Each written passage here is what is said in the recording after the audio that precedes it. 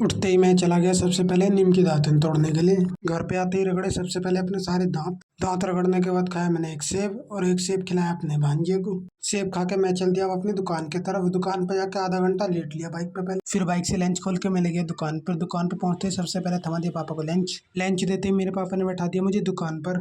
Cycle पे crate बांध के वो चल दिया मंडी। मंडी से आते ही दिए पापा ने मुझे पैसे और दुकान का लाए थे कुछ सामान जो मैं दिखाना भूल गया। पापा से पैसे लेके मैं निकल गया घर की तरफ। रास्ते में दिखी मुझे एक यूनिक मशीन और यहाँ पे मेले की तैयारी हो रही है। घर पे पहुंचते ही सबसे पहले काटा मैंने प्याज, क्योंकि सुबह से कुछ नहीं खाया इसलिए अभी ऑमलेट बना रहा हूँ। कढ़ाई गर्म होते ही उसमें डाला थोड़ा सा सरसों का तेल। फिर अंडे और प्याज डाल के फटाफट उन सबको मिलाने लगा। ऑमलेट बनते ही मैं फटाफट खाना निकाल के बैठ गया, क्योंकि मुझे लगी थी बहुत जोर से भूख, सुबह से कुछ खाया नहीं था। अब मेरे खाने में हिस्सेदारी लेने के लिए आ चुका है मेरा भांजा। यहाँ मैं खाने बैठा हूँ, इसे खिलाने बैठा हूँ मैं। करिए